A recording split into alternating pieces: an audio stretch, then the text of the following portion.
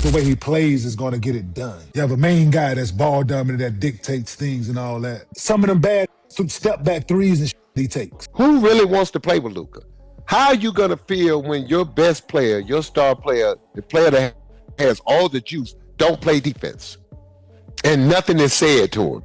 It's not just watching him every day, but also seeing as he's headed into this phase of his career where he's declined a little bit physically, which has kind of accentuated some of these warts. Doesn't have as much burst going to the basket as he used to.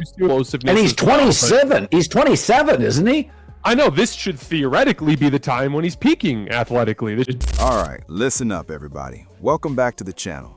Luka Doncic is catching heavy heat right now, and it's all about his style of play not really delivering like the Lakers hoped when they brought him out to LA. Remember last year? Man, the chatter was non-stop about how that trade might have been a huge mistake, and Nico Harrison got roasted for it.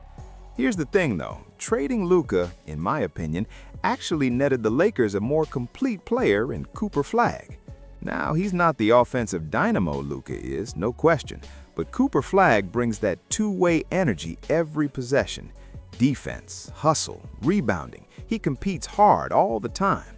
And I've always thought this, Luka's a beast offensively, no doubt, but sometimes the ball just sticks too much with him.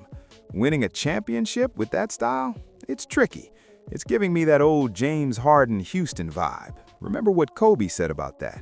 Sure, Luka helps the team win games, but that method? Championships are another story.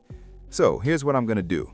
I'm going to show you some clips from the media talking about Luka, echoing some of these exact points, and then we'll break it all down together. The way he plays is going to get it done. I understand, man, that's the way the game is now. You have a main guy that's ball dominant that dictates things and all that. It's very rare, man, where that ball ain't moving, guys ain't in a rhythm. It's very rare, man, you have success. Some of them bad step back threes and he takes. That's demoralizing at times. Does something need to change? Lead the team in scoring and assists, right? Yeah. I'm a firm believer in averaging 30 and 9. Let's average 25 and 13. I always listen to that idea. You take points away from your star player, but then you give them to who? When it comes to how some of these guys play, like y'all don't know nothing about probably 2K. You got one guy, big man, they set a pick and roll, and then everybody else sits in the corner. You shoot it only if you're open. If not, give it back to the point guard.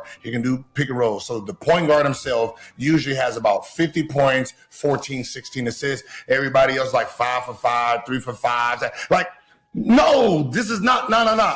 Give up the rock, all right? I'm not a corner dude, right? I've never been a corner dude. And if I'm going to be a corner dude, I better be a corner dude to a dude that can do it faster. Some of these guys need to understand, I would rather be the fourth option with the 2017-2018 Golden State Warriors than play second option to some of these guys. Who really wants to play with Luka? Rob, let me ask you, if you're a young player that wants to play basketball, run, cut, move, and play both ends of the floor, how are you going to feel when your best player, your star player, the player that has all the juice, don't play defense? And nothing is said to him. And then everybody else is held to a different accountability.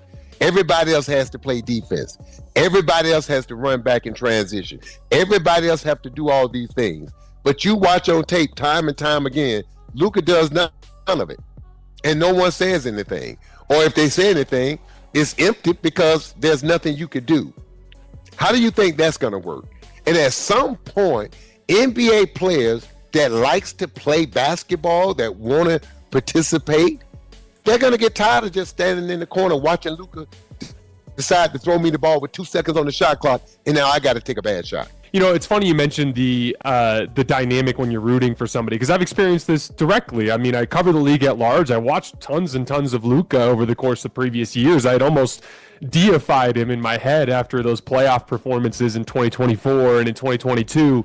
And then when he came to the Lakers, it's not just watching him every day, but also seeing as he's headed into this phase of his career where he's declined a little bit physically, which has kind of accentuated some of these warts. Doesn't have as much burst going to the basket as he used to.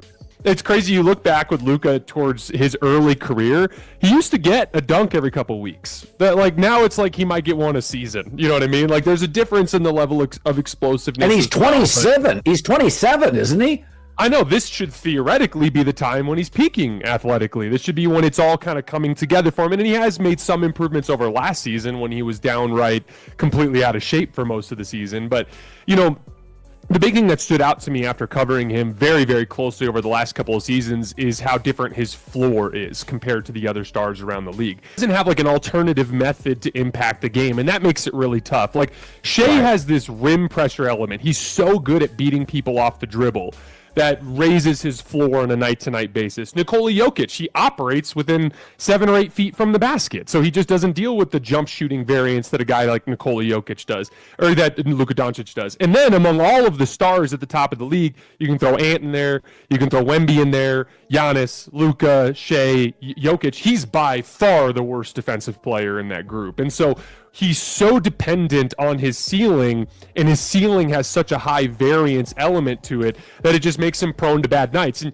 you know, I've been asked this a bunch, like, why is Luka, there was the big straw poll that came out with ESPN where they go around and they ask all the people who have votes. Yeah. And he came back 5th in MVP voting. And so to put it very simply, this is going to be like the 4th consecutive year where we went into training camp where we're like, Luka's going to get MVP. This is the year. And it's like, actually, no shot. Like, literally no shot. And until he fixes his floor, until he becomes a player that does enough things consistently well night to night that he doesn't have those kinds of bad games, he's never going to be able to compete. Wow, man, it's crazy how much can change in just a year.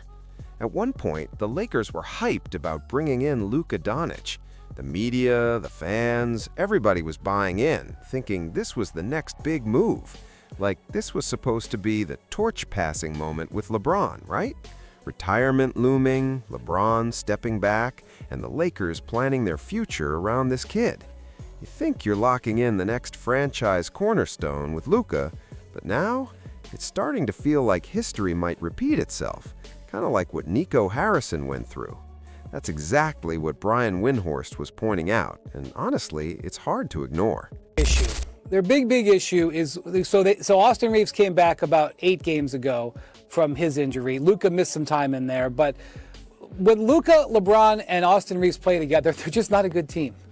And I mean, they've been leaning on the fact that injuries over the last 2 seasons have prevented them from really having a lot of time together. But the data is just the data, okay? When Austin Reeves and Luka Doncic play together, when it's just the two of them out there, the Lakers are an excellent team. When all 3 of them play out there, they're not. So it's actually a 20-point difference. If you look at every 100 possessions, if it's just Luka and Reeves, or it's the 3 of them, there's a 20-point spread between how the Lakers play over 100 possessions. Okay, I could go more into the detail. That's just the way it is. They're one of the worst offensive teams in the league when those 3 guys are out there together. And that's crazy. You say, how can that be? These 3 guys are all scorers. The problem is they all relatively do the same thing. They all need the ball in their hands. And they've worked on it. LeBron's worked off of the ball to learn how to play off the ball. The 3 of them don't work well together. When it's just LeBron out there by himself, guys, they're a very good team. When it's the 2 of the 3, they're a very good team. When the 3 together, they're a bad team. They were a bad team offensively during this homestand. Man, even though the sample size was small, it actually held up when you look back at the start of the season after Luka Doncic returned. Austin Reeves and Luka were clicking. Their chemistry was legit. And think about what that opens up. Instead of leaning on an aging superstar like LeBron for everything, you can add shooters to space the floor or defensive studs to cover gaps that Austin and Luka leave. Austin at least competes hard, but LeBron, there's only so much you can ask now. Real talk, most aren't going to make that move, and JJ definitely won't because that's his podcast buddy who vouched for him. But hear me out. I'd consider moving LeBron to the bench to run the second unit. Let him lead that squad. I know there are LeBron diehards out there thinking, nah, he's still prime. But Miami LeBron ain't coming back. He could still put up numbers, play starter minutes, but letting him sit out of the starting 5, unless Luka or Austin are hurt, might actually make the unit stronger. That's how I see it. Hit me in the comments. Like, subscribe, ring that bell, and I'll catch y'all next time. Peace.